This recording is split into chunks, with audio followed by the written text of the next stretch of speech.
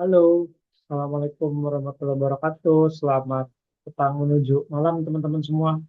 Sorry, saya baru join tadi, saya salah link Zoom-nya. Gimana teman-teman? Apakah pada sehat? Ini ada siapa di sini? Ada Kevin, ada Riva, ada Agnaila, ada Konisa. Apakah mendengar suara saya?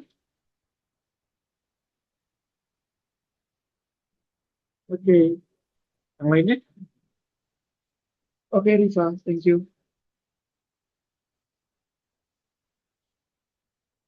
Oke, kemarin kalian tadi mengerjakan soalnya wawasan kebangsaan bukan nih? Saya coba share screen dulu. Takutnya saya salah soal.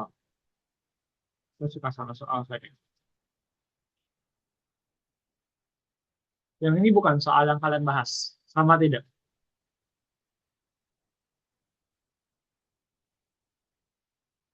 Sama apa beda? Soal yang kalian kerjakan. Iya, Kak. Oke. Oke. Kalau gitu kita sambil bahas ya, teman-teman ya. Kalau misalkan nanti ada pertanyaan atau ada kenapa-napa, just hit me up. Mau via chat, mau dipotong, is okay. Oke. Kita bicara di nomor pertama terlebih dahulu. Lambang yang diyakini sebagai salah satu pendorong keberhasilan suatu cita-cita, padi dan kapas pada burung Garuda melambangkan. Oke, pertama kalau kita bicara mengenai lambang Pancasila, itu pertama ada lambang bintang sebagai pengganti dari sila pertama, yaitu adalah ketuhanan yang Maha Esa. Nah, kenapa sih logonya bintang gitu kan? Kenapa lambangnya bintang gitu? Apa sih artinya, apa sih esensinya? Itu untuk menandakan seperti ini teman-teman. Kalau kita bicara mengenai konsep Tuhan, Tuhan itu kan sudah dikenal sama masyarakat Indonesia bahkan sebelum konsep agama itu masuk. Ya, makanya dulu masyarakat Indonesia itu sudah percaya sama animisme, sama dinamisme, karena mereka percaya ada zat yang lebih berkuasa daripada mereka, ya, yang maha kuasa begitu kan. Dan mereka harus menyembah dan juga harus beribadah kepada si zat tersebut. Nah, makanya zatnya ini apa kita kemudian kan yang dituhankan ini apa? Ada animisme, ada dinamisme, ada kepercayaan-kepercayaan lainnya begitu. Nah, dari sini kita menandakan bahwasanya masyarakat Indonesia ya itu sudah memiliki konsep Tuhan bahkan sebelum agama itu masuk. Ya. Itu sudah percaya sama yang namanya Tuhan, kita sudah apa ya? Kita sudah tertanam di otak kita bahwasanya Tuhan itu ada. Nah, setelah konsep agama itu baru masuk gitu kan, ada Hindu, Buddha, Islam, Kristen gitu kan. Barulah kita diperkenalkan, oh Tuhan itu yang seperti ini loh. Oh cara beribadah kepada Tuhan tuh melalui ini loh. Metodenya seperti ini. Tuhan tuh kemudian menuliskan wahyu-wahyunya dalam kitab ini loh gitu. Nah, itu kan apa ya namanya? Tambahan-tambahan. Itu kan pengembangan-pengembangan ya setelah konsep Tuhan, sorry konsep agama itu masuk ke Indonesia. Dari situ kita percaya bahwasanya Tuhan ini dia memancarkan, Tuhan ini memberikan cahaya, memberikan petunjuk kehidupan bagi seorang masyarakat Indonesia yang sudah diyakini sama masyarakat Indonesia itu sendiri.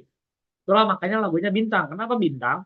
Karena bintang itu dia adalah penghasil cahaya. Bintang itu tidak perlu bintang dalam tata surya ya.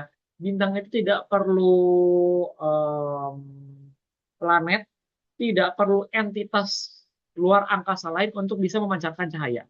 Karena bintang itu sudah punya cahaya sendiri. Nah, itu yang dikonsepkan. Tuhan itu sudah punya cahaya sendiri. Tuhan itu sudah punya wahyunya sendiri. Tuhan itu sudah punya keagungannya sendiri tanpa perlu kita sembah. Itulah makanya kan terkenal apa namanya terkenal sebuah kalimat ya bahwasanya Tuhan itu tidak perlu dibela gitu kan. Ya iya, karena Tuhan itu tanpa perlu kita bela pun Tuhan itu sudah memiliki kekuasaannya gitu. Karena buktinya apa ya tadi dia sudah punya cahayanya sendiri gitu kan. Itu sila pertama. Jadi sila pertama tuh bintang karena dia menandakan kebesaran Tuhan, keesaan Tuhan. Kita masuk ke sila kedua. Sila kedua itu adalah rantai yang saling bergabung. Ya. Jadi saling terikat tuh sama lain, tidak terputus. Artinya apa? Kalau kita track back terlebih dahulu bicara mengenai Pancasila, dari dulu ya masyarakat Indonesia itu tidak pernah memperlakukan manusia lain secara tidak adil dan juga tidak beradab. Ya, kita tuh selalu makanya kasus kayak kanibalisme di Indonesia dari segi kesukuan ya. Jadi misalkan maksudnya adalah adat untuk memakan saudara sendiri itu jarang gitu. Bahkan masa tidak pernah terdengar gitu ya. Tidak pernah terdengar di Indonesia. Karena apa? Karena kita biasa memperlakukan manusia semulia mungkin. Kita biasa memperlakukan manusia sebagaimana seadil mungkin, seberadab mungkin. Begitu. Nah, kemudian karena manusia itu kita itu sama, jadi misalkan seperti ini.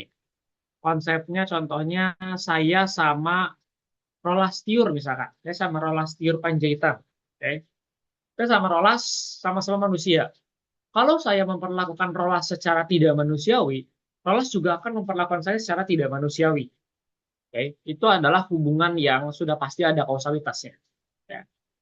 Maka dari itu, karena saya memperlakukan Rolas secara manusiawi, sehingga Rolas juga memperlakukan saya secara manusiawi. Dari situ akhirnya kita terikat.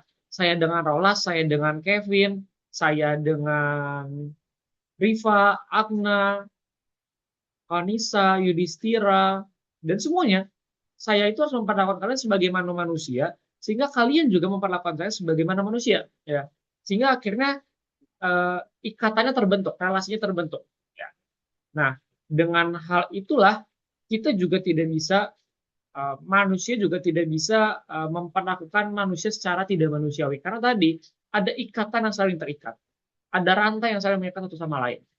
Gitu. Maka dari itu rantai inilah yang menandakan bahwasanya manusia itu harus adil dan beradab satu sama lain karena kalau misalkan kita tidak adil dan juga tidak beradab, kita akan diperlakukan tidak adil dan juga tidak beradab oleh manusia yang lain. Begitu. Karena ini itu adalah sebuah hubungan apa ya, saling mempengaruhi begitu. Makanya ini harus terus saling terikat. Jangan sampai putus. Itu sila kedua. Kita masuk ke sila ketiga. Sila ketiga itu logonya adalah pohon beringin. Bukan berarti Pancasila sila ketiga itu Golkar banget, enggak. Justru Pancasila itu sudah lahir sebelum Golkar. Ya kan? Nah, artinya apa? Kalau kalian lihat pohon beringin itu, dia itu dari bawahnya itu berbeda-beda. Akarnya kan banyak kan, serabut dia banyak, gitu kan. Terus kemudian bergabung, ya, dalam satu batang. Ya. Tapi terus kemudian di atasnya dia memiliki banyak ranting juga banyak daun. Tapi meskipun dia memiliki banyak akar, banyak ranting, banyak daun, dia tetap satu pohon, yaitu pohon beringin. Nah, itulah maksudnya. Kita ini asal usulnya berbeda semua, ya. Kenapa saya bilang asal usulnya berbeda?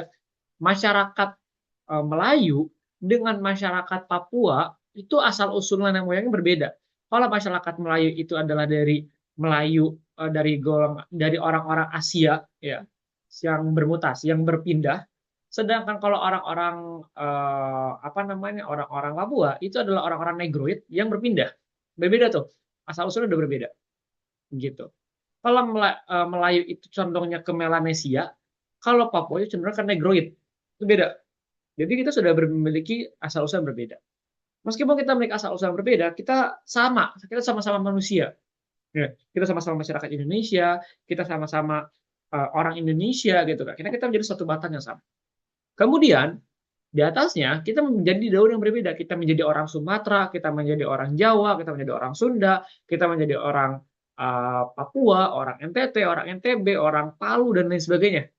Nah, meskipun kita memiliki banyak daun, banyak suku, banyak daerah, ya, kita masih tetap satu, yaitu adalah masyarakat Indonesia. Jadi itu inti dari pohon beringin. Yang keempat, itu adalah kepala banteng berwarna merah. Bukan berarti Pancasila adalah PDI Perjuangan, tidak, ya kan? Sama seperti Golkar tadi, justru Pancasila sudah lahir sebelum PDI Perjuangan itu lahir, ya kan? Nah, terus apa sih banteng itu kepala banteng itu artinya apa? Artinya bahwasanya masyarakat Indonesia itu kalau misalkan kita bergabung, kita menjadi sangat berani, kita menjadi sangat apa ya, powerful gitu kan, sama seperti banteng yang dia itu ketika bertemu dengan warna merah dia jadi sangat berani, jadi sangat powerful, jadi sangat kuat. Gitu. Nah itu adalah masyarakat Indonesia ketika kita sudah bergabung, kita sudah bermufakat gitu kan. Nah itulah uh, esensinya. Kemudian kelima, ya, keadilan kapas, keadilan sosial bagi seluruh Indonesia, sila kelima. Apa artinya? Tadi itu adalah basic needs atau kebutuhan dasar basic needs atau kebutuhan dasar dari seorang manusia. Itu mewakili dari kebutuhan akan pangan, ya, dan kapas itu mewakili kepentingan akan baju, akan pakaian, ya kan? Maka dari itu, ketika kita bicara mengenai manusia, basic needs-nya atau kebutuhan paling mendasar itu dua itu, makan dan juga kebutuhan berpakaian. Nah, negara itu, kalau misalkan negara ingin memberikan kepada masyarakat Indonesia, negara harus menciptakan sebuah skema, sebuah kondisi yang adil dalam konteks minimal, ya, yaitu adalah keadilan dalam konteks pangan dan juga keadilan dalam konteks pakaian. Jangan sampai ada masyarakat Indonesia yang nggak bisa makan dan juga nggak bisa pakai baju. Itu. Itu adalah basic needs-nya. Makanya kalau kalian punya pacar, terus pacar kalian gak mau beliin kalian makanan atau gak mau beliin kalian baju, ya itu berarti masalah tuh. Karena bahkan jangankan seorang pacar, seorang negara pun dia berkewajiban untuk memenuhi kebutuhan mendasar seseorang, ya masyarakatnya itu adalah makanan dan juga baju. Apalagi pacar yang bilang cinta dan juga sayang gitu, berarti dia juga memiliki kewajiban untuk memenuhi minimal, nggak perlu kita bicara maksimal, minimal makanan dan juga pakaian.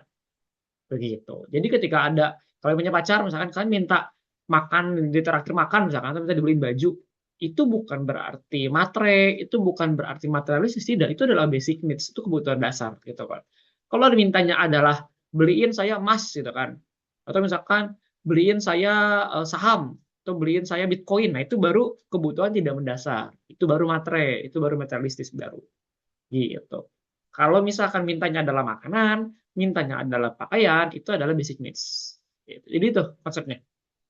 Oke, itu sila ke-5. Jadi itu semua arti dari sila-sila yang ada di Pancasila.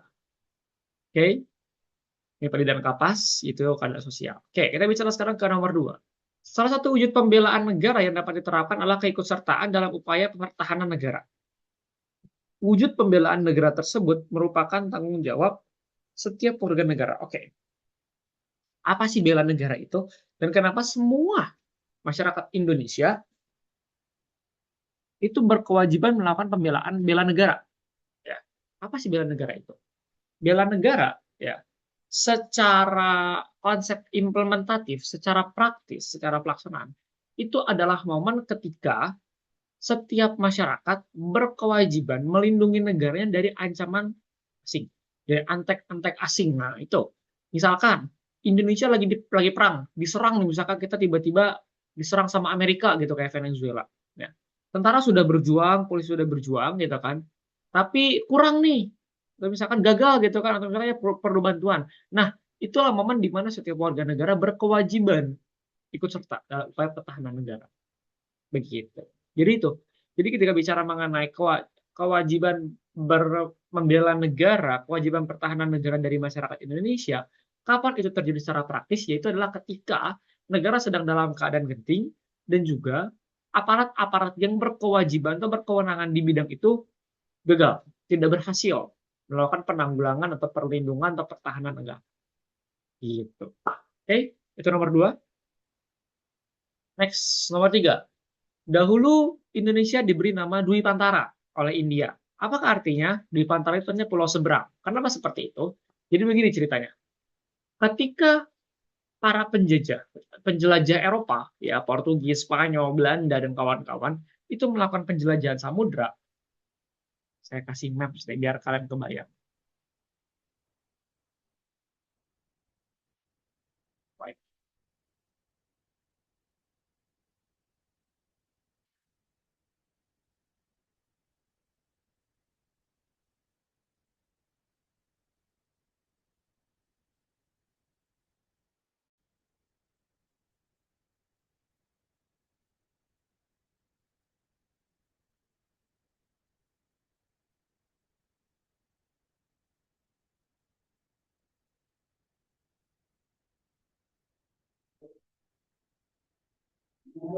Guys, sorry ada azan dulu bentar ya.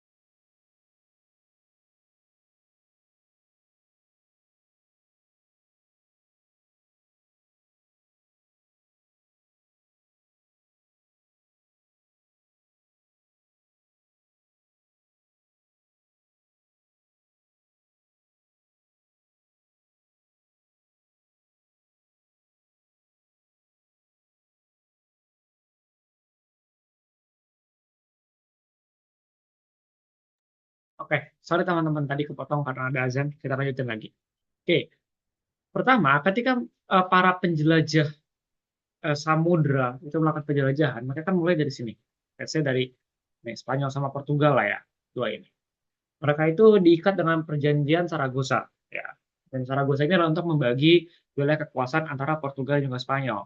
Portugal itu harus condong ke arah utara, ya. Sedangkan Spanyol itu harus condong ke arah selatan. That's why makanya nanti di kemudian hari, ya, Portugal itu akan menguasai Meksiko, ya. Dan juga Spanyol itu akan menguasai Peru. Mereka mereka akan perang di sini. Di benua Amerika mereka perang. Oke. Jadi itu awal asal mulanya. Nah, kemudian setelah mereka dari wilayah Amerika ini, setelah mereka dari wilayah ini.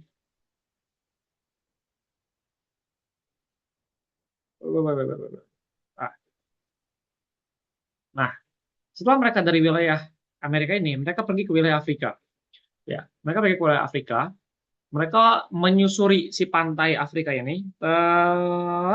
Kemudian mereka terhalang lama di sini, di Tanjung Harapan, di Afrika Selatan. Ya, Tanjung Harapan di Afrika Selatan. Kenapa? Karena Tanjung Harapan ini, ya, ini adalah pertemuan antara dua samudra. Itu adalah Samudra Hindia dan juga Samudra Atlantik. Ya. Karena pertemuan dua samudra itu gelombangnya sangat besar sekali. Ya, gelombang sangat besar sekali, sangat tidak terkontrol. Akhirnya mereka lama di sini, mereka akhirnya menyusur, sampailah mereka. Akhirnya mereka berhasil menyusuri ini. Mereka akhirnya sampai di wilayah India di sini. Ya. Ketika mereka di wilayah India, pertanyaan pertama dari masyarakat, dari para penjelajah samudra adalah dari mana para rempah-rempah ini berasal? Karena kita mau menguasai si wilayah rempah-rempahnya kan. Dia akan mempertanyakan dari mana nih rempah-rempahnya nih gitu kan. Orang India bilang, kita tidak memproduksinya secara massal di sini. Kita dikirimkan oleh orang-orang di negara seberang, di pulau seberang. Nah, kalau kita lihat, dari India seberangnya itu adalah wilayah sini, Asia Tenggara. Which is dulu kan Malaysia, Thailand itu kan masih Thailand Selatan ya. Itu kan masih ada wilayah dari Indonesia ya. Masih dari wilayah Kerajaan Majapahit, Kerajaan Sriwijaya, dan kerajaan-kerajaan lainnya ya. Jadi dia ketika bilang, ini bilang ke Dwi Pantara atau negeri seberang, rujukannya banyak. Bisa Malaysia, bisa Indonesia, bisa Thailand Selatan gitu kan. Tapi yang pasti adalah dia menunjuk ke wilayah Asia Tenggara sih. Gitu. Nah, sampai sekarang Tanjung Harapan itu masih menjadi momok menakutkan bagi kapal-kapal besar karena gelombangnya sangat tidak stabil. That's why makanya terusan Suez di sini. Ini terusan Suez ini nih. Ini terusan Suez. Wait.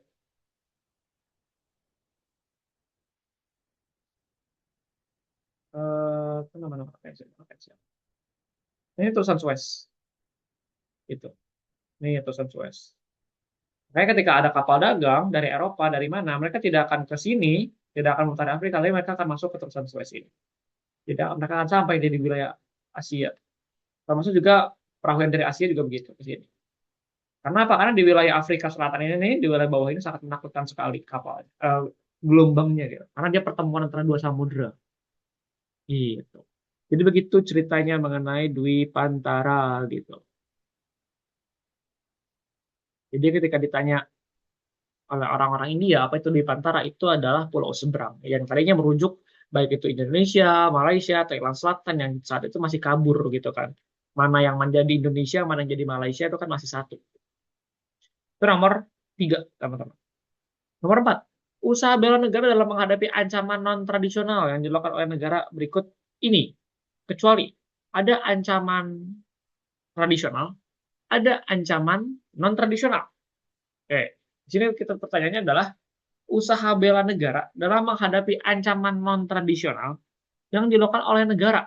Kecuali, nah, kalau misalkan bicara mengenai ancaman tradisional, itu bicara mengenai ancaman-ancaman militeristik.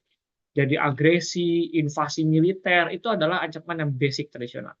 Tapi ada juga ancaman-ancaman non-tradisional yang dia sudah uh, nggak ngomongin soal pertahanan, tapi nyerangnya beda. Misalkan dia mencari keuntungan ekonomi, pengambilan sumber daya alam, dan sebagainya. Kan ada penyelundupan kayu, ada illegal fishing gitu kan, peredaran obat terlarang, penyelundupan flora dan fauna endemik. Itu dia non tradisional. Ya. Kita kalau tradisional itu adalah agresi militer, ada invasi gitu, penculikan. Makanya kayak contoh penyerangan Venezuela oleh Amerika itu adalah ancaman tradisional, itu basic, itu skala klasik, itu adalah karakteristik kebijakan klasik. Gitu. Cuma kan masa udah musim kayak gini bisa culik-culik presiden orang gitu. Tapi ya dunia ini kan cuma mainannya Donald Trump gitu. Itu nomor 4 ya teman-teman. Jadi bicara non tradisional dan juga tradisional ancaman sebuah negara. Kita bicara ke nomor 5.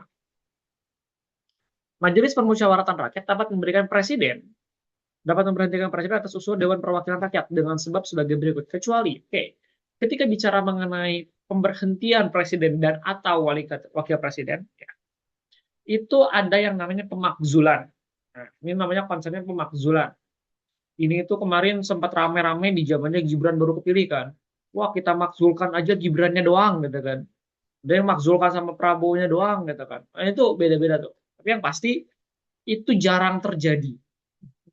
Dalam artian ketika orang sudah kalah pemilu, pilpres, ya udah mereka akan gugat ke MK, selesai.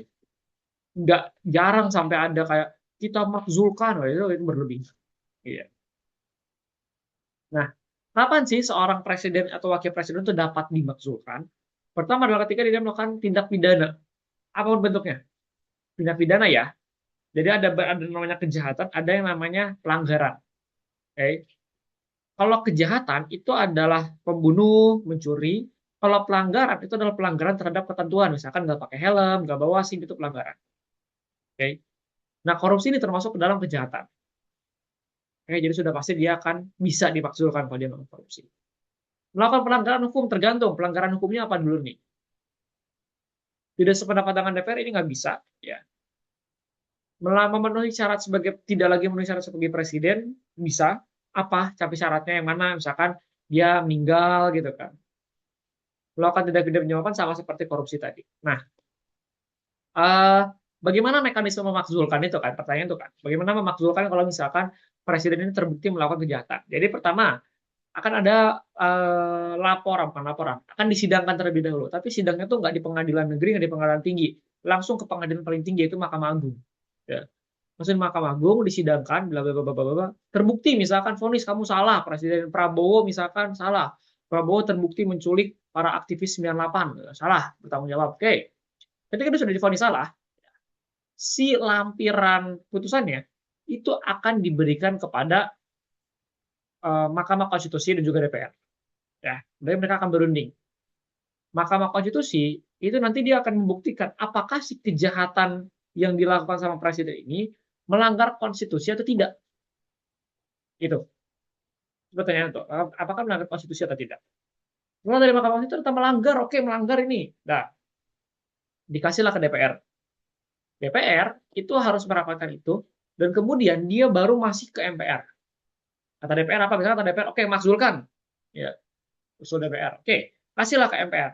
Di MPR sidang pemakzulan presiden, wakil presiden itu harus dihadiri minimal 2/3 anggota MPR. Itu minimal dihadiri dan juga disetujui oleh 2/3 anggota MPR. Nggak bisa kalau setengah. Karena kalau misalkan di quorum biasa kan setengah N+1 kan. Jadi misalkan jumlahnya ada 100, nah siapa yang 51 duluan itu yang menang. Dah, gitu. Tapi kalau misalkan di dalam memakzulkan karena ini kejahatan luar biasa, dia harus 2/3. Dia bisa setengah N+1. Gitu, harus 2/3. Lalu misalkan setelah MPR sidang, fix makzul, turun Prabowo gitu kan. Ketika presidennya yang turun, wakil presidennya promosi ke atas.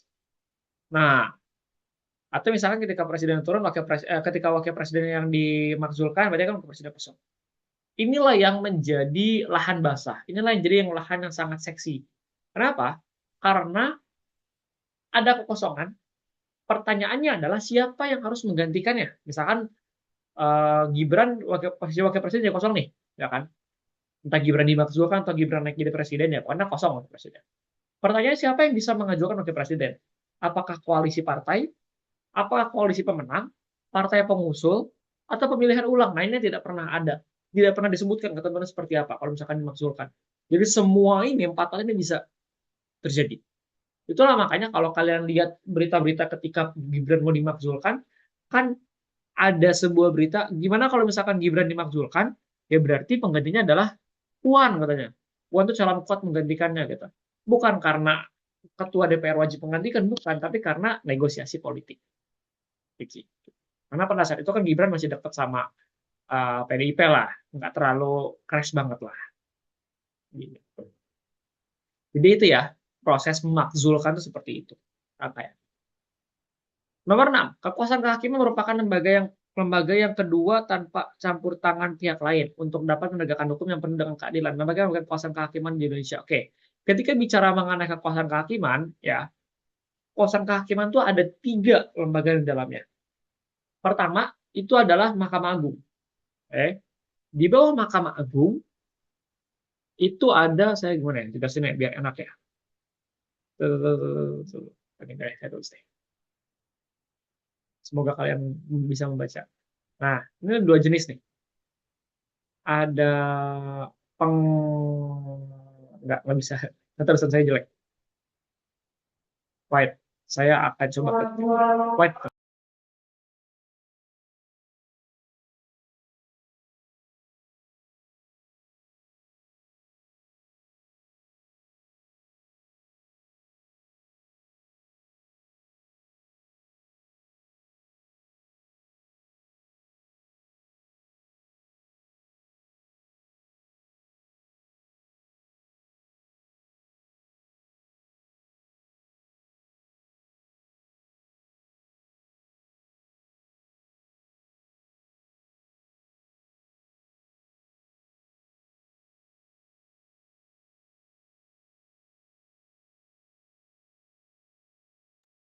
Nah, ketika bicara mengenai Mahkamah Agung, ini Mahkamah Agung.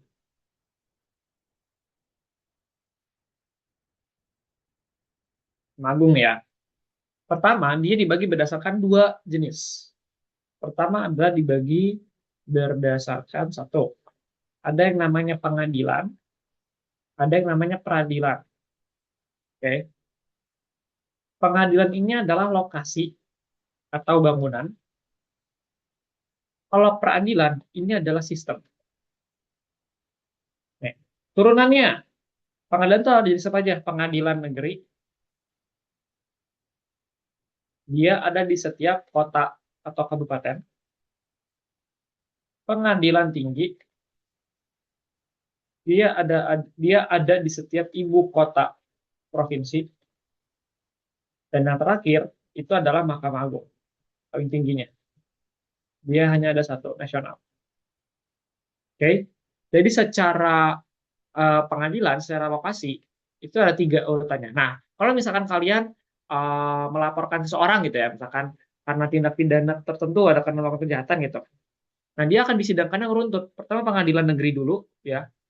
Nanti ini namanya vonis pertama. Misalkan setelah divonis, merasa tidak puas nih, atau misalkan merasa, wah ini nggak adil ini, kalian bisa mengajukan yang namanya banding, ya. Banding. Banding itu adalah pemeriksaan terhadap pertimbangan hakim. Atau bahasa keren ya, judis, apa ya? Jadi saya lupa. Kan ada judis fakti, ada judis, saya lupa. Jangan buat gak usah pakai bahasa keren, karena saya lupa. Nah, ini banding. Kalau kalian pernah dengar banding, banding itu ini di sini sisinya. Jadi banding itu adalah proses ketika sudah ada vonis pertama, vonis di pengadilan negeri, kemudian tidak tidak puas, itu banding naik ke pengadilan tinggi. Jadi pengadilan tinggi masih nggak puas juga, ya. Nanti ada yang namanya kasasi. Kasasi ini di Mahkamah Agung, ya. Dia adalah pemeriksaan terhadap fakta hukum. Jadi kalau misalkan di sini di poin banding, ya, yang diperiksa sama si hakim pengadilan tinggi itu cuma pertimbangan hakimnya sudah benar atau belum. Penggunaan pasal, pertimbangan hakim, argumentasi hakim itu benar atau salah. Dia nggak akan melihat faktanya seperti apa. Nggak akan baca. Kalau di Mahkamah Agung itu dibaca semua baru di kasasi. Nah, di kasasi juga ada tahap namanya PK atau peninjauan kembali. Tahapan lainnya, peninjauan kembali atau PK. Apa sih peninjauan kembali ini? Peninjauan kembali ini misalkan ketika kalian sudah jalan, ya, jadi perkaranya udah jalan, atau misalkan udah terjadi, udah vonis lah, udah masuk penjara gitu kan, udah menjalankan hukuman, tiba-tiba ditemukan alat bukti baru. Alat bukti ya, bukan barang bukti. Alat bukti itu, ketika bicara alat bukti itu ada eh, petunjuk, ada surat, ada keterangan.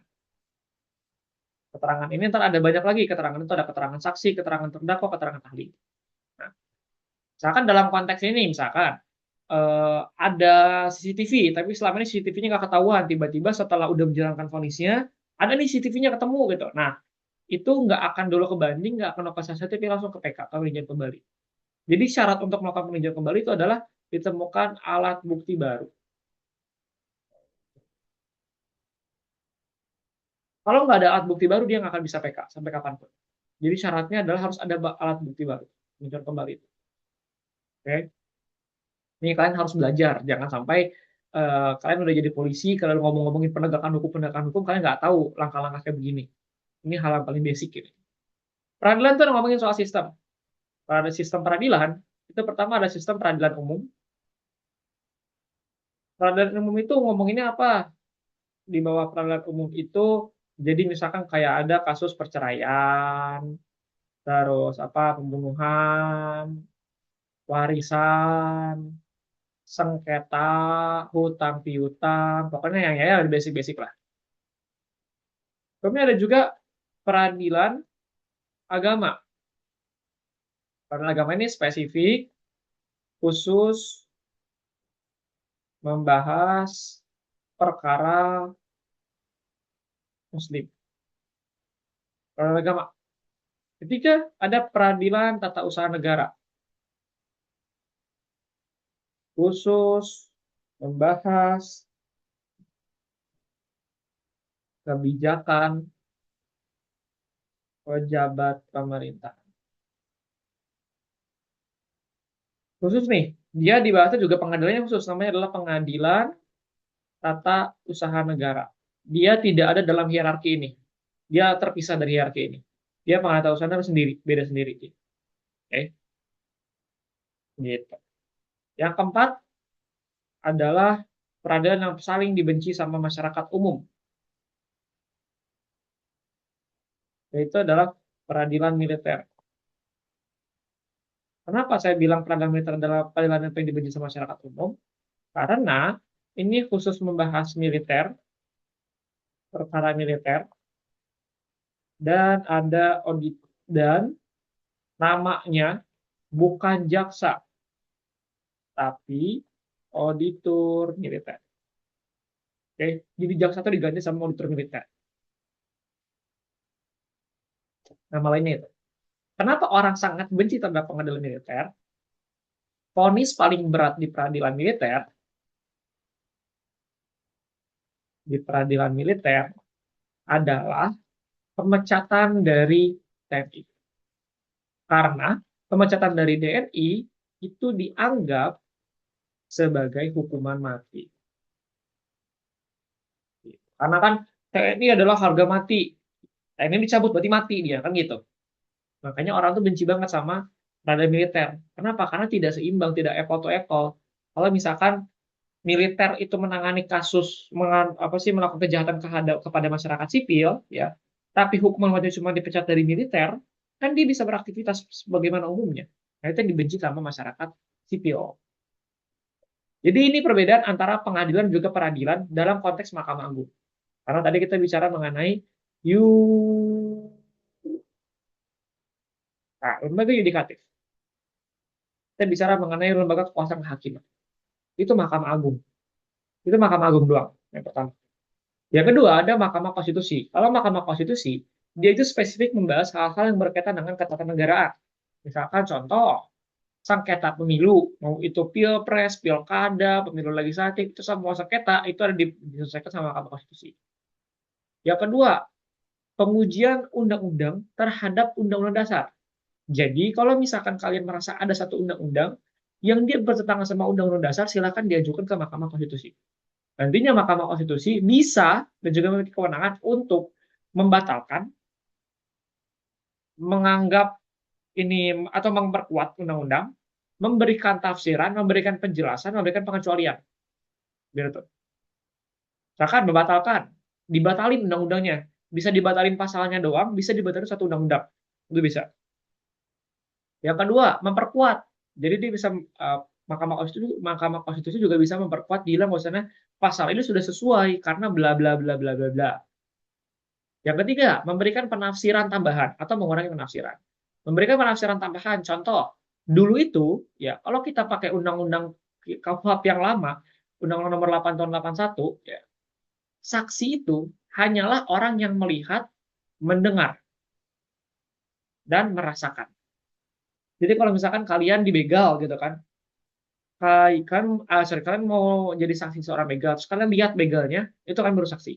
Tapi kalau kalian melihat dari CCTV, kalian mendengar dari telepon, kalian mendengar dari cerita, apalagi kalian pakai petunjuk arwah gitu kan, kerasukan terus kayak wah si ini ternyata dibegal terus diperkosa, nah itu bukan saksi dulu mah.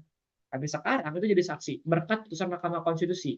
Namanya adalah definisi perluasan makna saksi. Dirubah, yang awalnya hanya melihat, mendengar, merasakan, ditambah menjadi orang yang melihat, mendengar, merasakan, dan juga mengetahui perkara itu. Itu Mahkamah Konstitusi. Yang ketiga, tugas Mahkamah Konstitusi itu adalah kayak tadi, menyatakan apakah presiden dan wakil presiden melanggar konstitusi atau tidak. Ya, kalau ketika itu digunakan untuk melakukan pemakzulan. Yang keempat, membubarkan partai politik. Jadi kalau misalkan tiba-tiba ada partai politik yang, ya nih, syarat membubarkannya nih, aktivitasnya bertentangan dengan Pancasila. Nah, itu baru bisa dibubarkan sama Mahkamah Konstitusi.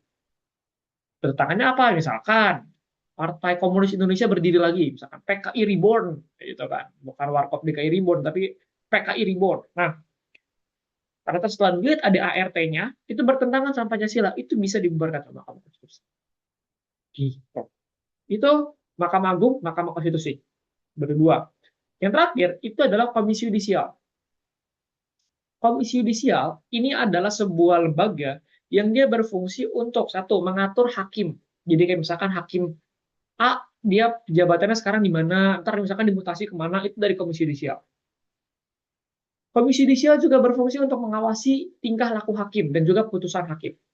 Contoh, kalau kalian pernah tahu, saya paling enak banget nyontohinnya, itu adalah kasusnya Ronald Tanur. Ronald Tanur itu adalah anak anggota DPR di Surabaya yang dia nyeret pacarnya pakai mobil Pajero, ya, terus sampai meninggal. Terus kemudian sama hakim, pacarnya itu si laki-laki yang ngebunuhnya ini divonis bebas karena dia bilang bahwasanya si perempuan ini meninggal bukan karena diseret tapi karena GERD. Gitu.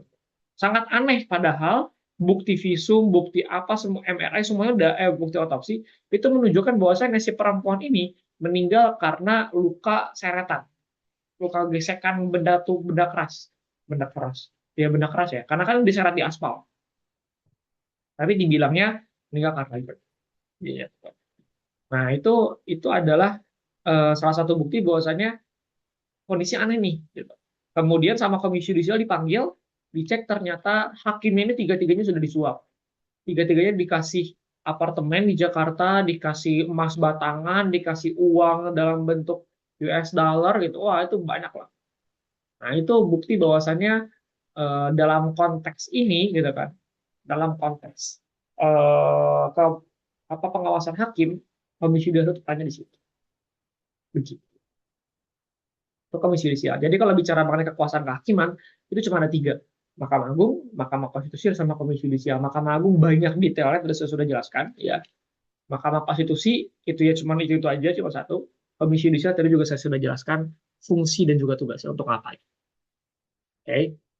Baru kita masuk ke nomor 7. RUU APBN diajukan oleh Presiden untuk dibahas bersama DPR harus memperhatikan pertimbangan. Jadi, ketika APBN diajukan oleh Menteri Keuangan, dia mengajukan atas nama Presiden, bukan atas nama Menteri Keuangan. Karena secara konsep, Menteri Keuangan itu adalah pembantunya Presiden. Makanya dia yang atas nama Presiden mencalonkan, memasukkannya, mendaftarkannya, mensubmitnya gitu ke DPR atas nama itu. Gitu kan. ketika diajukan ke DPR, ya, itu harus dibahas sama DPD. Kenapa? Karena DPD itu punya kewenangan dan juga punya kewajiban untuk turut membahas kebijakan negara yang memiliki unsur-unsur kedaerahan. Nah, salah satunya di APBN nih, kita bisa di Undang-Undang APBN. Di RUU APBN, ketika negara membagi APBN, kan APBN ini misalkan 500 triliun. Enggak tiba-tiba itu 500 triliun kasih ya ke Kemenq, enggak. Dia dibagi. Pertama dibagi berdasarkan sektor. Buat pendidikan berapa, buat kesehatan berapa, buat pembangunan infrastruktur berapa, buat pertahanan keamanan berapa, buat MBG berapa. Tuh dibagi. Setelah dibagi per sektor, dibagi per daerah. Buat Sumatera, misalkan pendidikan, oke, pendidikan buat buat Aceh berapa, buat Sumut berapa, buat Sumbar berapa, buat Sumsel berapa, Lampung berapa, Banten berapa, Jawa Barat, Jawa Timur, Jakarta, Jogja, Jawa Timur sampai ke ujung. Itu dibagi per daerah. Nah, itulah peran DPD harus masuk di sana membahas. Karena membagi per daerah. Itu. Nah, apakah DPD bisa memberikan masukan? Bisa. Tapi masukannya itu bersifat kedaerahan. Jadi kayak misalkan saya mau ngasih masukan soal saya misalkan adalah anggota DPD dari Jawa Barat gitu kan, karena saya orang Sunda gitu kan, saya orang Jawa Barat.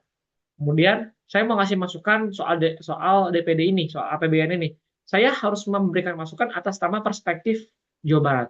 Saya nggak bisa ngasih kayak perspektif Jakarta, perspektif Jawa Tengah tuh nggak boleh, karena ada anggota dewannya sendiri. Jadi harus ngasih perspektif berdasarkan Jawa Barat. Gitu, itu DPD, itu RUU APBN seperti itu cara membahasnya. Gitu. Makanya APBN, semua kebijakan itu kebijakan pemerintah yang memiliki dimensi atau memiliki aspek yang memiliki ya arah kedaerahan-kedaerahan itu harus ya melibatkan anggota DPD karena demikian. Itu yang soal DPD dan juga soal APBN. Oke, MPR tugasnya itu ya tadi dia bisa merubah mengamandemen UUD 145 ya. Dia bisa memakzulkan presiden dengan cara seperti tadi ya. Itu MPR. Kemudian ada BPK sama BPKP. BPK sama BPKP ini dia bertentangan, beda. Bukan bertentangan sih. Mereka beda, dia lembaga berbeda. BPK itu fungsinya adalah ngurusin apakah neraca keuangan itu sehat atau tidak di sebuah pemerintah. Pemerintah daerah, pemerintah kota, pemerintah kabupaten, pokoknya semua pemerintah. Itu BPK yang meriksa, di audit. Jadi audit dalam konteks keuangan. Kalau BPKP itu audit dalam konteks proyek.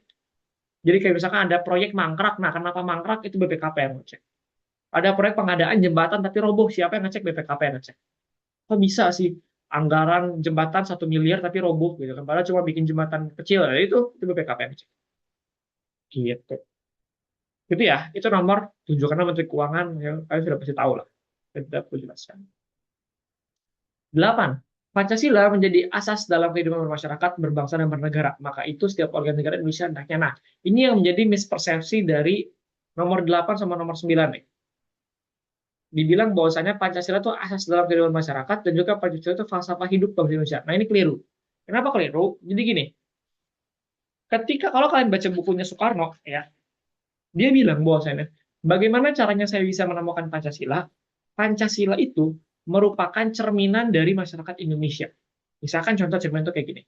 Misalkan saya mau di sini mau ngecek Kevin misalkan. Oke, Kevin. Saya mengamati Kevin selama 1 tahun misalkan. Akhirnya saya menemukan ciri-ciri Kevin. Misalkan ciri-ciri Kevin itu adalah dia sarapannya nggak pernah makan nasi. Makannya apapun, tapi bukan nasi yang pasti. Karena Kevin itu misalkan nggak bisa makan nasi kalau pagi-pagi. Terus misalkan Kevin itu suka pakai baju berkerah. Kaos, kayak kemeja, kayak pokoknya pasti harus berkerah. Kevin itu kalau keluar harus pakai sepatu. Dia nggak suka kalau pakai sendal, atau nggak suka. Dia masih pakai sepatu. Oke? Dari Kevin. Setelah 1 tahun, akhirnya saya menyimpulkan, oke, saya berhasil menyimpulkan bahwasanya kalau kita bicara Kevin, Kevin itu adalah orang yang tidak suka makan nasi pagi-pagi, adalah orang yang pakai baju berkerah, kalau keluar harus berkerah, apapun mau itu kaos, mau itu kemeja harus berkerah, dan juga harus pakai sepatu kalau keluar. Itu adalah Kevin. Nah, itu yang dilakukan sama Soekarno. Ketika dia bicara, apa itu bangsa Indonesia?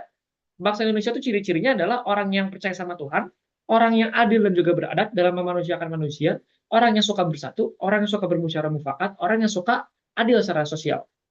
Jadi Ketika Soekarno bukan mencalonkan, mengajukan atau mengusulkan Pancasila, ya, dia bukan ingin Pancasila dijadikan sebagai asas hidup, dia bukan ingin dijadikan Pancasila sebagai falsafah hidup, tapi dia bilang Pancasila itu karena cerminannya, karena ciri-ciri orang Indonesia itu adalah Pancasila. Gitu. Jadi kayak kita mau lihat seberapa Indonesia kamu, ya lihat aja dia beribadah kepada Tuhan Yang Maha Esa enggak, dia memanusiakan manusia tidak, dia bersatu tidak, dia musyawarah mufakat tidak, dia adil secara sosial tidak. Kalau misalkan dia berarti dia Indonesia. Gitu. Karena itu esensinya. Soekarno tuh sudah bilang, Pancasila itu bukan ideologi, Pancasila itu bukan asas, Pancasila itu bukan prinsip, Pancasila itu adalah mutiara, ya, yang termanifestasi dari masyarakat Indonesia. Jadi seperti itu. Jadi, apakah Pancasila itu asas? Bukan. Kalau dia asas, kalian mau ngapa-ngapain itu harus Pancasila. Misalkan contoh, kalian mau ngegerebek rumah warga, kan harus nimbang dulu. Kalau misalkan gerebek, saya harus pakai ketuhanan Maha Esa. Oke, saya harus Bismillah. Saya memanusiakan manusia tidak. Oke, berarti saya nggak boleh gebukin malingnya. Saya harus bersatu, berarti saya harus menggerebek ini bareng-bareng. Saya harus musyawarah mufakat, berarti saya harus rapat dulu sama RT. Misalkan kita gerbek nih malingnya nih. Saya harus adil, berarti saya harus memperlakukan adil antara maling satu sama maling dua. Nah, itu adil. Itu adalah asas. Jadi kalau misalkan dia menjadi asas, dia menjadi sebuah nilai, dia menjadi sebuah prinsip dasar, ketika kalian mau ngapa-ngapain, kalian harus melakukan itu dulu. Kalian harus melihat dulu. Kalian harus menjamin bahwasannya kalian memenuhi itu. Itu asas baru. Makanya ada dibilang asas-asas pemerintahan yang baik, AUPB, ya kan? Bahwasanya pemerintah itu harus akuntabel. Berarti pemerintah ketika dia buat kebijakan, dia akan lihat apakah ketika saya melakukan kebijakan, kebijakannya akuntabel tidak. Kalau misalkan akuntabel, berarti saya sudah melaksanakan asas akuntabilitas. Gitu. Misalkan saya mengadakan transparansi. Kalau misalkan saya sudah bikin mekanisme transparansi, berarti saya sudah melaksanakan asas transparansi. Seperti itu. Jadi itulah intinya ketika kita bicara asas itu seperti itu, Mbak. Ya, bukan berarti ketika kita bicara Pancasila, Pancasila adalah asas, itu salah, itu keliru. Oke. Jadi nomor 8 saya akan skip, jadi misalkan jawabannya C, ya sudah. Makanya di sini aneh, berperilaku sesuai nilai-nilai Pancasila. Berarti ntar ada polisi yang misalkan, wah kamu Rolas, kamu nggak Pancasila, salah nih, kamu tidak Pancasilais. Nah kan itu, ya kan? Gitu. Kemudian 9, falsafah hidup. Falsafah hidup itu apa sih? Falsafah hidup itu adalah ideologi. Falsafah hidup itu adalah pedoman hidup. Falsafah hidup itu adalah pandangan hidup fundamental dari seseorang. Pandangan hidup itu apa? Ideologi itu misalkan saya adalah seorang Indonesia, jadi pandangan hidup saya itu liberalis sekali. Misalkan contoh, saya nggak peduli kalian mau ngapain, yang pasti selama kalian gak ganggu saya nggak peduli. Bebas, kalau kalian mau ngapain, kalian mau dengerin saya sambil koprong, sambil makan, mau sambil pacaran, gitu, mau sambil apa-ngapain silakan. Yang pasti saya mau, selama kalian tidak mengganggu saya tidak peduli. Itu liberalis misalkan. Atau misalkan saya ternyata adalah seorang komunis atau sosialis ideologinya, ya. Saya mau kalian semua di sini on cam pakai baju merah semua, baju merah. Nggak boleh ada yang pakai nggak pakai baju merah, merah semua. Karena kita sosialis, kita sama rasa sama rata, sama rasa sama rata, sosialis. Gitu. Jadi itu adalah ideologi, itu adalah pedoman hidup, itu adalah falsafah. Nah, dalam konteks masyarakat Indonesia, falsafah itu biasanya, ya, itu biasa, saya tidak bilang ini, saya bilang biasanya. Kenapa biasanya? Karena masyarakat Indonesia itu jarang berideologi, karena sudah dibatasi sejak kecil, bahwasanya ideologi itu nggak boleh hidup.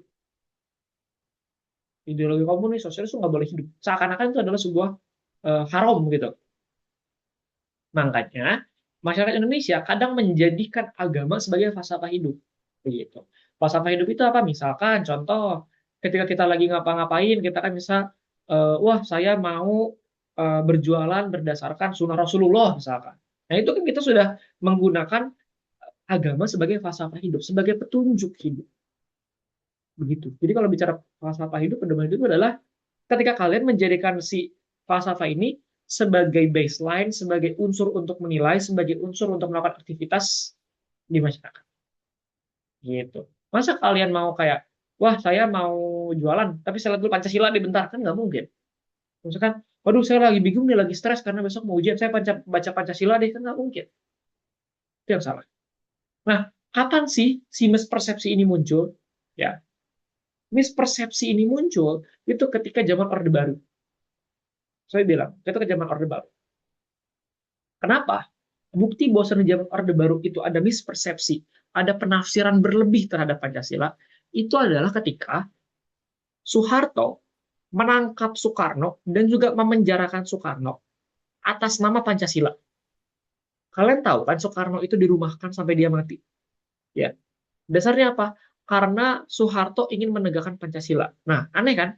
Orang yang bikin Pancasila, tapi dipenjarakan sama anak kemarin sore dengan alasan si orang yang bikin Pancasila ini sudah tidak Pancasila. Nah, itu aneh tuh. Secara konsep dia sudah berbenturan, sudah nggak ketangkap tuh kan, gitu.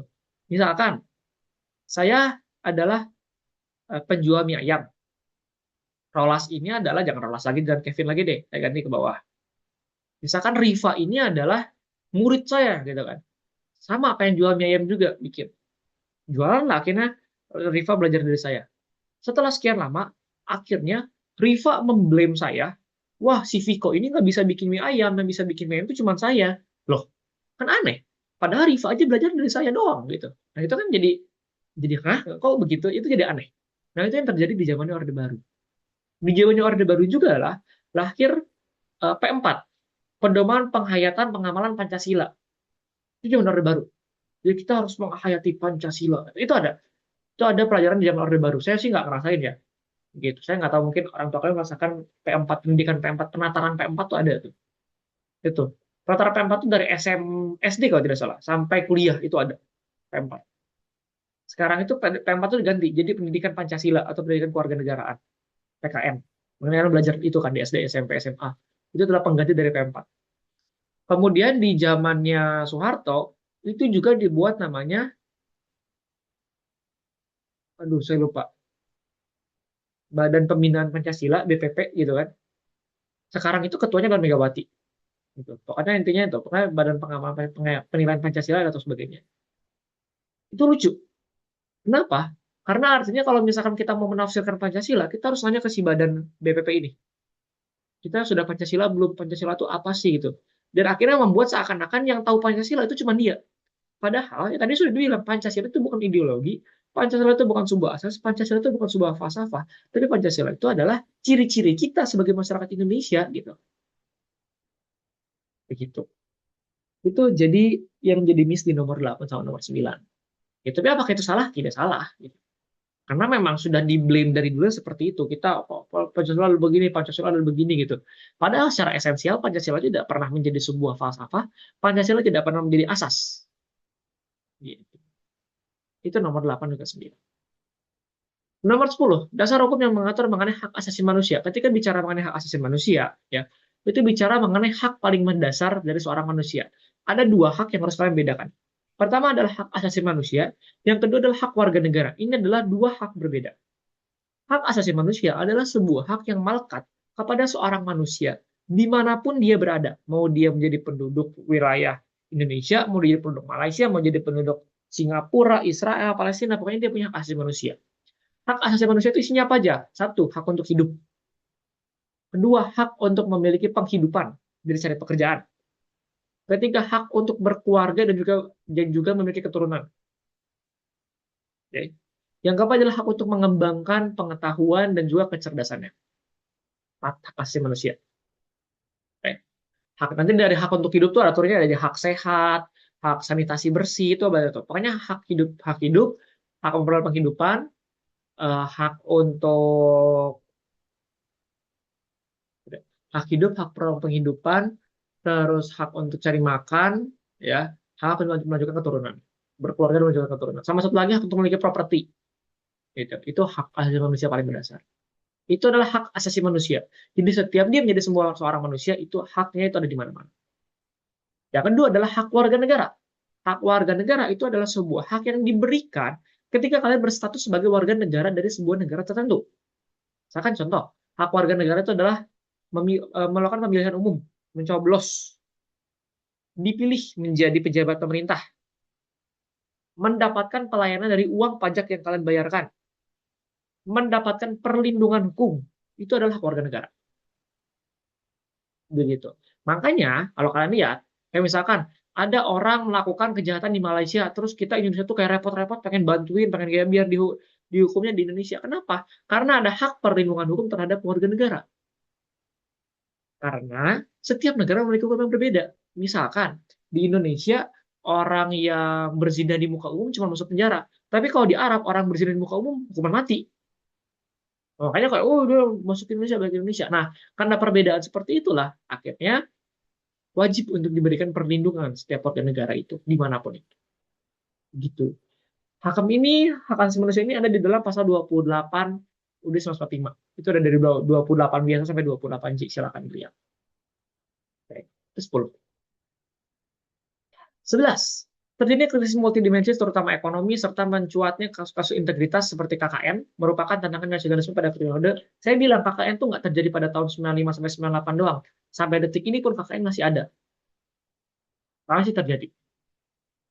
Contoh wakil presiden kita adalah anak presiden sebelumnya. Gubernur BI sekarang itu adalah keponakan Prabowo. Menteri kabinet kita, sekretaris kabinet kita adalah ajudan pribadinya Prabowo. Ini adalah nepotisme, korupsi nepotisme yang sangat nyata sekali. Kita juga sering banget kayak bupati sekarang adalah anak dari bupati sebelumnya, menantunya, ponakannya itu sudah hal biasa. Itu yang terjadi, korupsi nepotisme. Itu cara gas pertama. Nah, kalau kita bicara mengenai 95 sampai 98, apa yang terjadi pada fase itu? Jadi pada fase 95 sampai 98,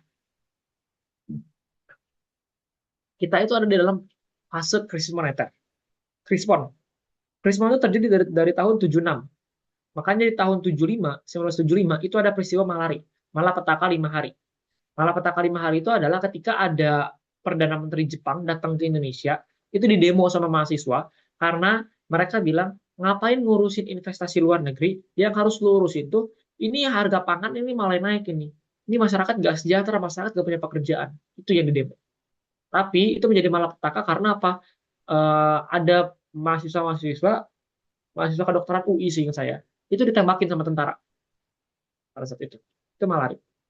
Jadi dari situ kita langsung mengalami krisis moneter terus terus jadi kita ekonominya tidak membaik signifikan gitu kan. Akhirnya di tahun 95 sudah. Kenapa 95? Kenapa harus di tahun 95? Karena di tahun itu adalah pemilihan presiden lagi. Jadi tahun 97 itu ada ya 97 itu mau pemilihan presiden ya. Jadi dari tahun 95 itu udah mulai dibangun nih. Krisisnya udah mulai muncul. Tahun 97 ada pemilihan ya, pemilihan presiden. Semua orang itu sudah berharap biar nggak Soeharto lagi presidennya. Tapi ternyata tahun 97 yang jadi presiden Soeharto lagi. Akhirnya orang udah muak, ngamuk, turun ke jalan, membludak gitu kan. Dan lain sebagainya, reformasi-reformasi akan turun di tahun 98. Itu yang terjadi. Jadi kenapa? Kan nggak mungkin kayak, besok demo yuk. Enggak gitu. Jadi itu tuh sudah menumpuk. Dan akhirnya puncaknya adalah ketika ada pemilu presiden, Soeharto lagi yang menang. Dan akhirnya orang muak turun ke jalan semua. Itu 98 sampai 98. 95 sampai 98. 45 sampai 49. Jadi tahun apa? Itu disebut sebagai tahun persiapan. Kalau kalian baca beberapa buku literatur sejarah, itu disebut sebagai masa persiapan, fase ready to take off gitu kan. Ya itu banyak bahasanya lah. Isinya adalah fase persiapan. Di fase persiapan ini kita masih banyak merampungkan perjanjian-perjanjian yang fungsinya adalah menggabungkan satu Indonesia. Ya, misalkan ada konferensi meja bundar, ada perjanjian Renville, perjanjian Linggarjati, banyak sekali perjanjian-perjanjian. Nah, di sini ada banyak sekali aktivitas yang digunakan untuk mempersatukan kembali masyarakat Indonesia. Oke. Dari tahun 50 ke 65 ini nggak ada. Kalau 55 itu ada, bukan 50 ya. Tapi dari tahun, bukan 55, 59. Dari 1959 sampai 1905. Itulah zaman demokrasi terpimpin. Demokrasi terpimpin itu adalah ketika Soekarno lagi fase diktator-diktatornya. Dia bahkan sampai mengangkat dirinya sebagai presiden seumur hidup, tapi dibatasi sama Muhammad Hatta. Itu di tahun 1959 sampai 1965. Dari tahun 1965, 66 ya sampai tahun 1995 ini adalah masa Orde Baru, lagi jaya-jayanya. Ya, karena udah tahun masuk 95, 96 ke sini itu sudah goyang. 99 sampai saat ini adalah reformasi. Itu nomor 11. 12. Bertemunya sifat-sifat individualisme dan kebebasan yang berlebihan pada warga negara merupakan tantangan nasionalis pada periode. Saya katakan bahwasanya kebebasan yang ada pada saat ini tidak berlebihan. Menurut saya ya, ini menurut saya. Menurut saya tidak berlebihan. ada hmm, gap pandangan berbeda ketika kita memahami sebuah negara antara masyarakat yang lahir setelah tahun ya antara masyarakat yang lahir di tahun 90-an sampai sekarang sampai ke tahun 2000-an dengan masyarakat yang lahir sebelum tahun 90. Pertanyaannya, kenapa berbeda? Saya bukan membagi kita sebagai wah ini boomer, ini Gen Z, ini milenial, bukan. Tapi seperti yang tadi saya katakan sebelumnya, di tahun 90 sampai 2000, orang-orang yang lahir dari tahun 80, 90 lah ya sampai tahun 2000 ya. Ya 85 ke atas lah. Mereka tidak pernah merasakan P4, pedoman penghayatan pengamalan Pancasila. Ya. Jadi kalau kalian melihat orang yang cinta Indonesia sangat lebih-lebih kayak, wah saya rela mati untuk Indonesia, semua jiwa raga saya adalah Pancasila gitu kan. Ini kalau dibelah dada saya isinya merah putih. Nah itu adalah orang-orang yang menurut saya itu adalah orang-orang yang mendapatkan materi P4. Karena di materi-materi pendidikan kewarganegaraan, pendidikan Pancasila yang sudah di zaman-zaman sekarang, itu tidak ada fase-fase berlebihan seperti itu. Kenapa? Kenapa? Karena kita sudah mulai terbuka dan kita sudah mulai mengenal yang namanya fasisme. Kita menyadari bahwasanya kecintaan berlebih terhadap sebuah negara itu akan memunculkan fasisme.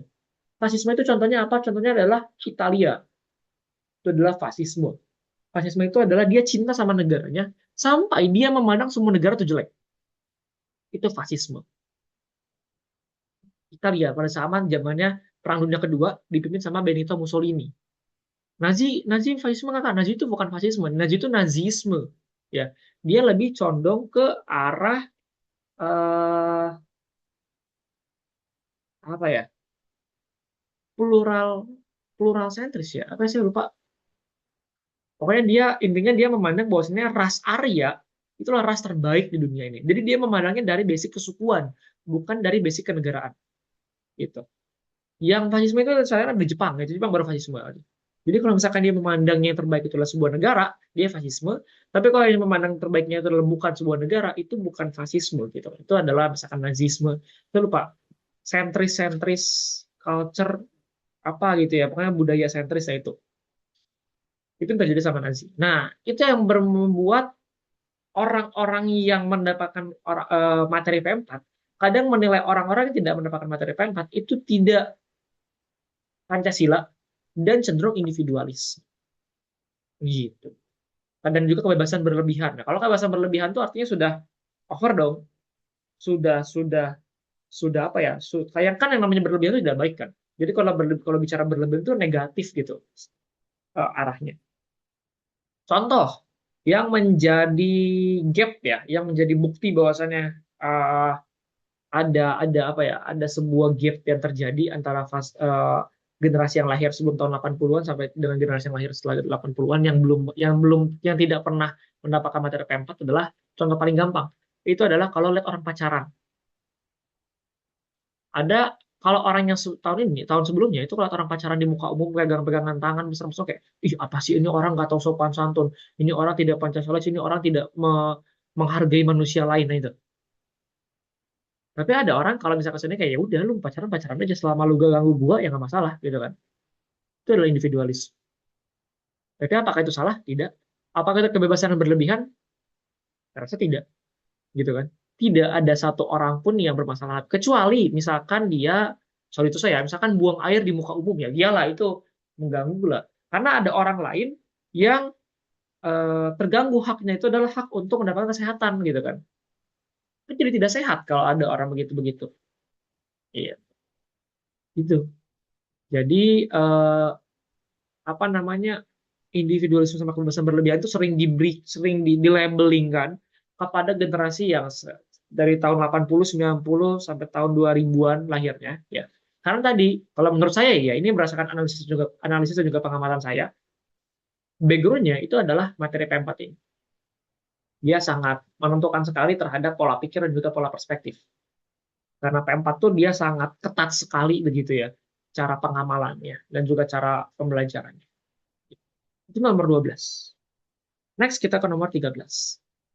Salah satu contoh faktor eksternal pendorong nasionalisme di Indonesia adalah ada diskriminasi rasial, terbentuk negara baru yang hasil nasionalisme, kejadian bangsa Indonesia, penderitaan rakyat, munculnya golongan terpelajar. Oke, ketika Indonesia sedang dijajah, nasionalisme itu pertama kali muncul tahun 1908. Ketika kita berdiri Budi Utomo.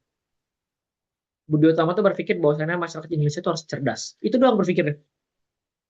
Dia nggak mikir kita merdeka. Dia kan apa? Dia bilang, misalnya Indonesia itu harus cerdas.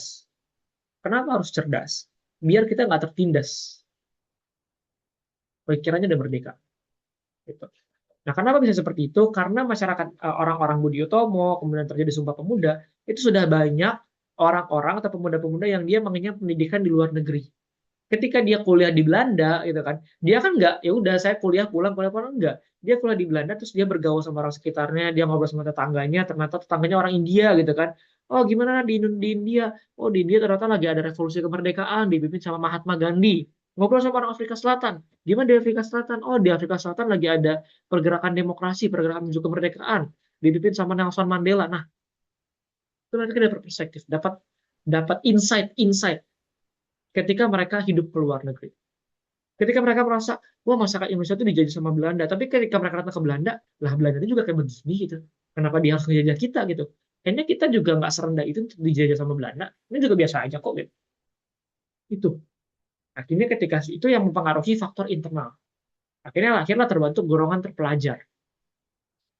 Gitu.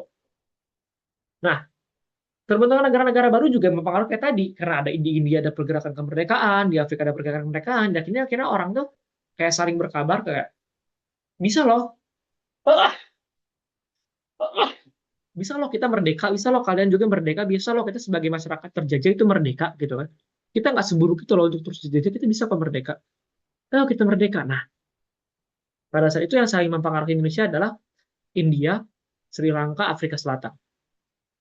Itu negara-negara itu. Diskriminasi rasial tidak ada di Indonesia.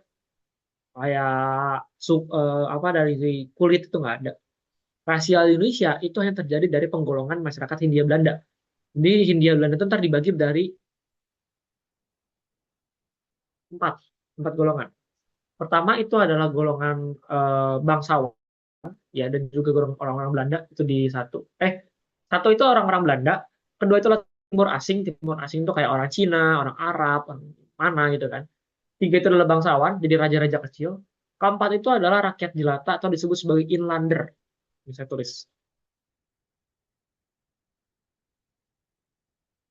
inlander. Artinya apa? Di bawah tanah. Artinya dia lebih tidak dihargai lagi daripada tanah. Lebih berharga tanah daripada si orang itu. Itulah makanya orang-orang Hindia Belanda datang dengan konsep perbudakan kan. Karena konsep perbudakan itu tidak pernah ada di konsep Indonesia, orang Indonesia asli ya. Konsep perbudakan itu kan akhirnya dari orang Belanda. Itu rasial Indonesia. Kejadian bangsa Indonesia, bangsa Barat, iya, tapi kan ketika sudah masuk zamannya Majapahit, zaman-zamannya kerajaan, zaman-zamannya Belanda itu kan sudah berapa generasi yang terlewat gitu kan, sampai orang-orang sudah mulai lupa ada kerajaan gitu. Politik drainase atau pengeroyokan kekayaan itu mempengaruhi tapi tidak mendorong nasionalisme. Gitu. Kalau munculnya terpelajar tadi saya sudah jelaskan. Itu 13. 14. Ini saya skip ya. Kenapa seperti itu? Karena ketika bicara mengenai nasionalisme ya, bahkan saya sebagai anak UU pun kita tidak pernah mengkotak-kotakan nasionalisme itu menurut siapa, nasionalisme menurut siapa. Kalau kalian besok iseng, besok kalian temuin polisi terus kalian tanya, Pak, nasionalisme adalah suatu kepercayaan yang dimiliki oleh sebagian besar masyarakat, menyatakan rasa kebangsaan sebagai perasaan memiliki secara bersamaan dalam suatu bangsa. Itu menurut siapa Pak nasionalisme? Nah, ada yang tahu, gitu kan polisi juga. Gitu. Makanya tidak tidak tidak apa ya, tidak inline dengan kebutuhan kalian untuk dasar polisi itu enggak. Karena ketika kalian sudah jadi polisi, kalian tidak akan mengajarkan nasionalisme berdasarkan konsep. Kalian tidak akan mengajarkan nasionalisme berdasarkan teori. Tapi kalian akan mengajarkan nasionalisme berdasarkan praktik. Makanya definisi itu tidak terlalu diperlukan untuk kalian yang akan berlaga, yang akan bertanding, yang akan bersaing di dunia praktis. Kalau saya, di dunia teoritis pun tidak pernah kita pakai nasionalisme menurut ini diperdebatkan, tidak. Hukum menurut ini tidak pernah, kita juga udah sampai di titik kita udah kayak, ya udah lu mau pakai hukum menurut si A, gue mau pakai hukum menurut si B, silakan. Ya udah kita udah nggak peduli gitu. Dan karena semua sama-sama benar. 14. 15. Nah, tadi akhirnya ketemu juga. Ketika bicara mengenai apa namanya? eh Nazi itu dia etnosentrisme. Namanya etnosentrisme. Sikap kesetiaan ekstrim terhadap suatu pihak atau bangsa tanpa mau mempertimbangkan pandangan alternatif lainnya. Sikap ini muncul rasa berlebih unggul dibandingkan negara lain. Nah, etnosentrisme itu terikat budaya, ras, ya. Calvinisme itu ngomongin bangsa. Bangsa itu adalah kelompok bangsa Mongol, ya. Kalau negara, intinya adalah fasisme. Jadi beda-beda. Kalau etnosentrisme misalkan kayak contoh kayak tadi, ras Nazi, ras Arya, itu adalah ras terbaik. Agama Islam adalah agama terbaik. Suku Jawa adalah suku terbaik. Jadi dia berdasarkan suku, kesukuan. Kalau Chauvinis itu berdasarkan bangsa. Ya. Chauvinis ini dia pertama kali diterapkan di orang-orang komunis, di orang-orang Kuba, di orang-orang Vietnam, orang-orang China, disebut sebagai Chauvinis, Chauvinis gitu kan. Karena dia mengklaim dirinya sebagai bangsa komunis yang terlalu keras gitu. Tapi dia sangat memeluk sekali komunis. Kalau pluralisme kita justru menghargai perbedaan budaya. Dia adalah kelawannya dari etnosentrisme. Begitu teman-teman, pembahasan dari nomor 1 sampai nomor 15 mengenai wawasan kebangsaan pada malam hari ini. Apakah ada pertanyaan atau ada yang ingin didiskusikan? Silakan. Atau masih ada yang kurang mengerti? Dari Rolas, Kevin, Riva, Agna, Vanessa, Zakia, Nanda, Yudhistira, Tri. Oke, Zakia tidak ada. Zakia, I love Central C. Oke, Central C tidak ada. Ada lagi? Yang lain gimana? Kevin tidak ada. Oke, thank you Kevin. Yang lain? Konisa si anak SMA ini tidak ada karena kamu masih pakai foto SMA Konisa. Tidak ada. Yang lainnya? Yudhistira nggak, tidak. Agna tidak ada. Yudhistira, Nanda, Riva, Rolas. Apakah ada pertanyaan? Ada yang ingin didiskusikan? Ada yang masih kurang mengerti? Ada yang masih kurang jelas? Manka, oke, laki-laki. Man soalnya. Tidak ada. Nanda. Oke. Oke, kalau misalkan tidak ada, saya rasa cukup ya pertemuan kita pada malam hari ini. Kita akan bertemu lagi di tanggal 3 di hari Selasa. Sebelum kemudian kita akan bertemu lagi di hari Jumatnya sebagai pertemuan terakhir kita. Saya cukupkan pertemuan kita pada malam hari ini. Terima kasih. Selamat malam, selamat beristirahat, salam sehat. Assalamualaikum warahmatullahi wabarakatuh. Thank you.